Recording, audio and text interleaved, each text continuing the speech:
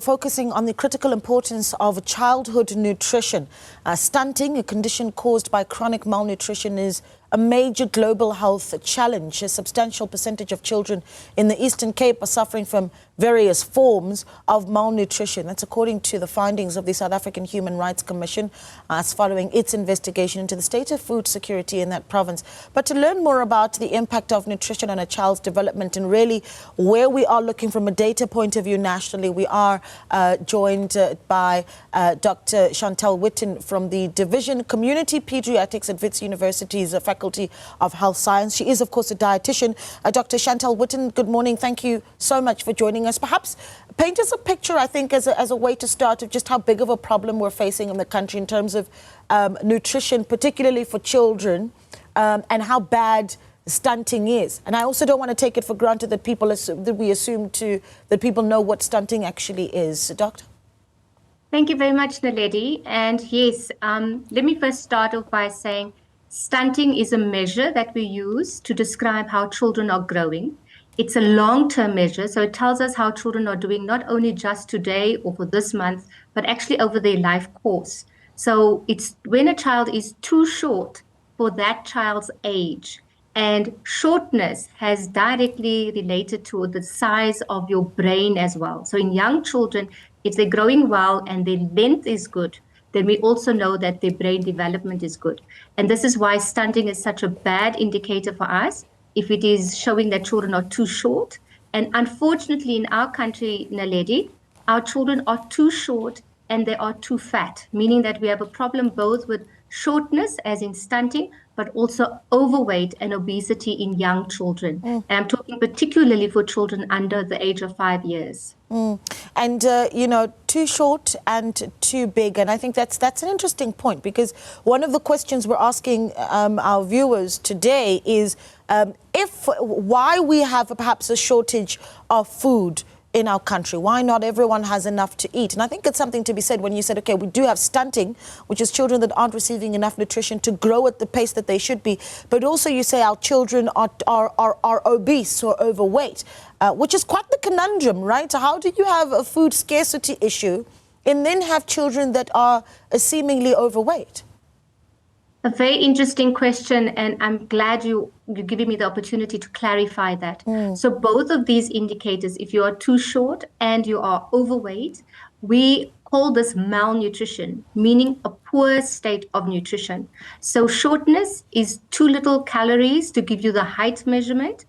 Overweight is too much of the kind of calories that gives your body mass, but doesn't give your body health. So we do not see overnutrition in the sense of overweight as being good nutrition. It actually is an indicator of bad nutrition. It tells us that our children are eating calories without eating good nutrition. And that's what we call our vitamins, our minerals, and the kinds of foods, the healthy kinds of foods that give you both length and healthy weight. Yeah, so then that goes back to the issue of food shortage, right? Because then we're saying, all right, so those that do have food are just having too many carbohydrates and they're not getting nutrition. But how accessible and affordable is nutritious food in South Africa, particularly in the most vulnerable areas? I mean, how easy is it to get, you know, a well-rounded plate of food in our country? Naledi, I am really sad to talk about malnutrition in the context of South Africa, because South Africa is a middle-income country. That means we have enough money, we have enough food in our country as a national food issue. We produce enough to actually export. What we have in South Africa is food inaccessibility, because we do not have economic access, meaning that people don't have enough money in their households to be able to buy that food. And that is driven by two big issues. One is unemployment, and we know our unemployment rates are very, very high, I think way above 35%, which makes us one of the countries with the highest unemployment rates in the world. And secondly, our cost of the food basket. And we've seen year on year, the food basket has become more and more unaffordable for our people. And what is happening with children is that children are getting foods that are cheap, highly processed, high in energy, high in fat, high in salt, and this is unacceptable for the growth of children in South Africa. So we are not only talking about the choices that mothers and caregivers are making in the household, we're also talking about macro policies that don't protect children. And South Africa is not doing enough. Yeah, keen to pick your brain on some of the latest developments that we've been looking at in Naledi in Soweto, for instance. A heartbreaking situation where we've seen 6 children losing their lives after buying snacks from a spaza shop. In another part of the country, we saw 70 pupils, hospitalized after consuming food. And then we're covering this morning the story of over 40 children that was hospitalized yesterday from buying chocolates at a school. What do you make of what we're seeing there and the advent of food poisoning in our communities and in our schools, particularly where it impacts children? I want to raise 2 issues that are pertinent. The first is around the quality of food. And food should never be considered poison.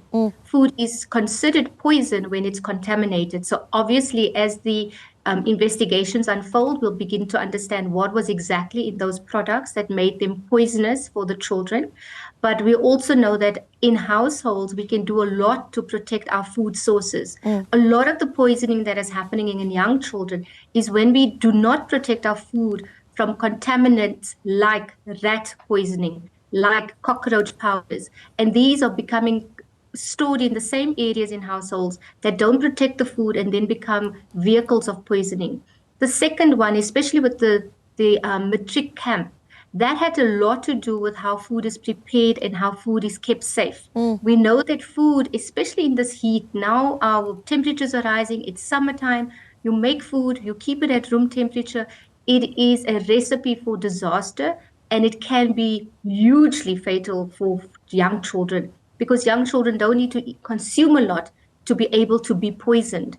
And so we really need to get a handle on our food hygiene and our food safety practices, firstly. And then secondly, we need to call on government and all other agencies that can support and protect the quality of food so that we don't have contaminated food and these things called fake foods, because that isn't food. Yeah. Let's talk about what is best and what can be done for our children. Where mothers are concerned, just how much control they have in those first 1,000 days of a child's life. We're told over and over again that they are so critical to the development of a child. And I know that you're quite the advocate for breastfeeding. Let's talk a little bit about whether or not we're seeing a drop in women breastfeeding.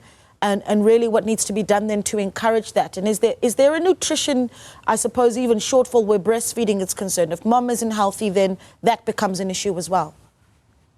Naledi, firstly, let me put it out there. The evidence globally and in South Africa, and we have to push the breastfeeding agenda because it's also what we call a food security issue for young children. If a mom can't buy food, at least she can put her child to the breast and she can feed her child. There is no reason why women cannot adequately breastfeed.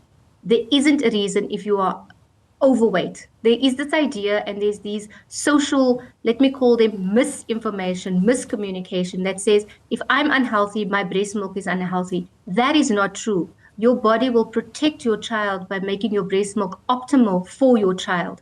That's why breastfeeding is such an important strategy for us, both in South Africa and globally. So globally, we are not doing enough for breastfeeding. And we have a whole week dedicated to breastfeeding, as you know, in August. In South Africa, our real driver for mums not breastfeeding is because our mothers are separated from their children very early. We have separation of children in the hospital already. So when we separate babies and moms, then obviously they can't breastfeed, they can't do optimal breastfeeding, and that's where these formulas start stepping in. We have a lot of practices called top-up feeding. So the mom delivers in a hospital, they separate the mother and the baby, and then they tell the mom, your baby needs a top-up. That is unacceptable. That is a violation of children as well.